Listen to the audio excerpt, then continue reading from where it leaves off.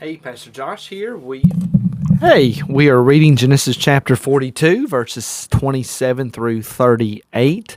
The brothers are on their way back to their father, to Jacob, and they've already noticed, or they've not yet noticed, that there is the money that they had used to pay for the grain is actually in their sack. Joseph had put them back in there, and they're going to be terrified about this. Because they've already been accused of being spies, and they're worried, okay, we're going to be accused of being thieves as well. And as one of them opened his sack to give his donkey fodder at the lodging place, he saw his money in the mouth of his sack. And he said to his brothers, "My money has been put back. Here it is in the mouth of my sack."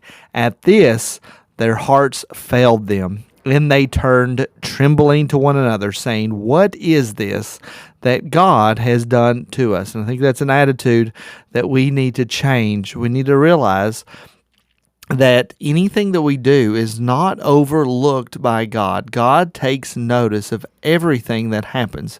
And the brothers here are understanding this situation that they're in as being an act of God, that it is God that is bringing about retribution, bringing about punishment on them for what they did to Joseph. And actually, they are correct in this. In all of this, it ends up being a test for them. Are they truly sorrowful for what they did against Joseph?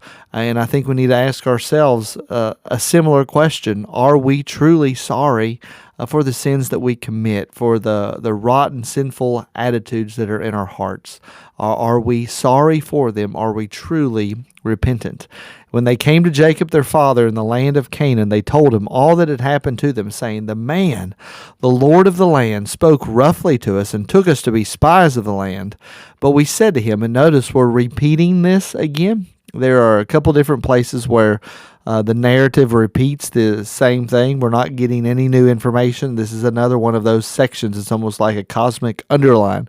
God is wanting us to pay attention to this.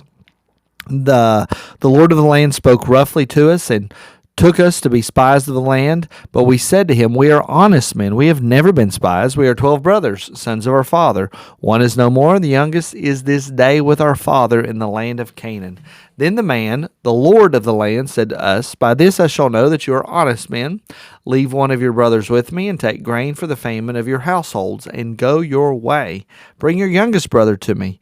Then I shall know that you are not spies, but honest men, and I will deliver your brother to you, and you shall trade in the land." And how do you think Jacob's going to respond to this?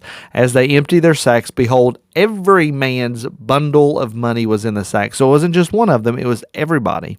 And when they and their father saw the bundles of money, they were afraid. Again, terrified. This is not going to turn out well for us, they're thinking. And Jacob, their father, said to them, "You have bereaved me of my children. Joseph is no more, Simeon is no more, and now you would take Benjamin. All this has come against me." Notice just the saddened heart that Jacob has. He has just ultimately given up. Then Reuben said to his father, "Kill my 2 sons, and if I do not bring him back to you, put him in my hands, and I will bring him back to you." He's willing to sacrifice his 2 children for this. But Jacob says, "No. My son shall not go down with you, for his brother is dead, and he is the only one left. If harm should happen to me on the journey that you are to make, you would bring down my gray hairs with sorrow to Sheol, the land of the dead." If you take him and something happens to Benjamin, I'm not going to make it. I am that unstable at this point. My life, as will be said later on, his life is tied up with the life of Benjamin. Now, what is interesting is that Reuben attempts to say, "No, let me do it. I'll take care of it." Jacob refuses that one, but he accepts Judah's statement to say, "I will take care of him." So I hope that has been a help to you and a blessing to you, and we'll see you in the next video.